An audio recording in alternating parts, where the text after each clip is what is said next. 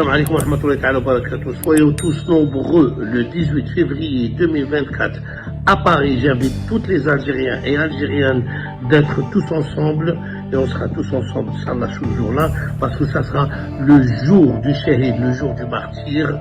Inch'Allah, on sera tous ensemble à Paris le 18 février 2024.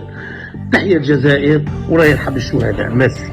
المغرب ماراش المغرب تاع زمان، المغرب تاع تطور، المغرب تاع لا نوفيل جينيراسيون، المغرب تاع ان شاء الله مازال تزيد ومازال نزيدوا ومازال ان شاء الله ردوا الاخرين يغيروا منا. بعدما تم منعه من دخول الجزائر في وقت سابق بسبب تطاوله على الجزائر والجزائريين وفق ما روجت اليه بعض المنابر الاعلاميه خلال الاشهر القليله الماضيه بسبب ولائه المفرط وتمجيده الخطير للنظام المغربي على حساب بلده الام الجزائر، وهي التصرفات التي وصفها الشعب الجزائري باستفزازات مباشرة له، وهو نفس الشعب الذي دعم الشاب خالد خلال مسيرته الفنية. عاد اليوم ملك الراي ليستعطف الجزائريين ويتودد لهم في رسالة خاصة نشرها عبر مواقع التواصل الاجتماعي، موجها دعوة رسمية لكل شعب جزائري للتجمهر يوم 18 فبراير للاحتفال بيوم الشهيد في محاولة منه لإبراز مدى تعلقه بالجزائر وتاريخها ذو الوجهين. هكذا تم وصفه عبر منابر إعلامية متهمين الشاب خالد باستغلال يوم الشهيد لاستعطاف الجزائريين والتودد إليهم على حساب مصالحه الشخصية، وفق ما روج له بعض النشطاء الذين أكدوا بأن الشاب خالد يريد اللعب على أكثر من حبل كمحاولة أخيرة للصفح عنه من طرف السلطات الجزائرية والشعب الجزائري الذي لا ينسى من يهينه أو يسيء إليه، في حين يرى البعض أن الشاب خالد يريد إصلاح علاقاته مع الشعب الجزائري بعد توترها في الأشهر الماضية، وأنه ضحية لما تم تداوله عبر منابر إعلامية تريد النيل منه ومن سمعته، معبرا عن حبه الكبير للجزائر والجزائريين، وكل ما يتم تداوله عنه ما هو إلا أخبار مغرضة تريد تشويه صورته وسمعته مع الجزائر لحساب النظام المغربي.